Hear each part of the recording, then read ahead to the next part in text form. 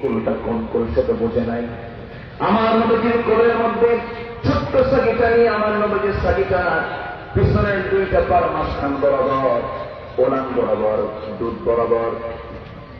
আমার রাসূল যখন দুটা বরকতি হাত আস্তে করে রাখলেন, বিসমিল্লাহ বলে ফোঁ দিয়ে দিলেন, ছোট্ট সাকির দুটো ওলান ভরা দুধ টকটক হয়ে গেল, দুধ ভরা ওলান হয়ে গেল, দুধের বাট টনটন করছে দুধ দিয়ে। আমার নবীজি বলছেন, রাখাল একটা পাঠি দেবে নাকি দুধ দহন করবো? রাখাল আশ্চর্য হয়ে গেল, এই কেমন কথা, জীবনে যেমন দৃশ্য দেখি নাই। নবীর হাতের বরকত দিয়ে দিয়েছেন, আজকে বলে না দিয়ে দিয়েছেন। আমার নবীর হাতের ঈশ্বরে খণ্ডন করেছেন তিনি কে? আল্লাহ তাআলা। আমার নবীজি সেকেন্ডের ওলানে হাত দিলেন, দুধ পূর্ণ হয়ে গেল, পাটি নিয়ে আসা হলো, তিনি দুধ গ্রহণ করলেন। দুধ গ্রহণ করতে করতে পাটি দুধ পূর্ণ হয়ে গেল। নবীজি আমাদের মুসলিমের সাথে বলছেন, আবু বকর মাকে তো সকালবেলা এক বড় করে দুধ পান করো।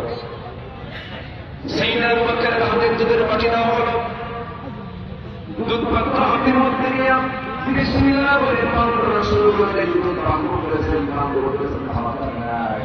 এত পরিমাণ দুধ পান করলেন যে তার পেটের চামড়া টাইট হয়ে গেছে। আমার রাসূল বললেন, আবু বকর আজকে দুধ কেমন পান করলে বলো?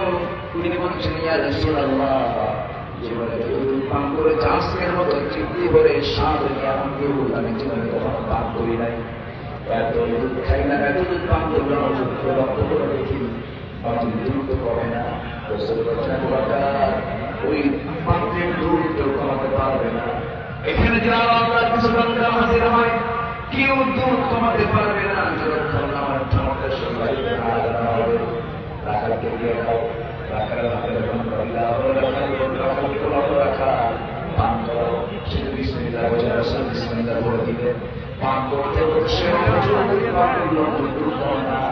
রাসূল বলছেন, তাও কাছে আমার হাতে তুলে দাও। রাসূল নিজের হাতে বাড়ি উঠায় নিলেন। আমার নবীজি আগে খেলেন না খাওয়ালেন, আস্তে আগে খেলেন না খাওয়ালেন, চরিত্র আগে খাবে না খাওয়াবে। আমার দেশের কাছে চরিত্র আগে খায় না খাওয়ায়, আগে খায় না খাওয়ায়, শুধু কি খায় না পচাবে।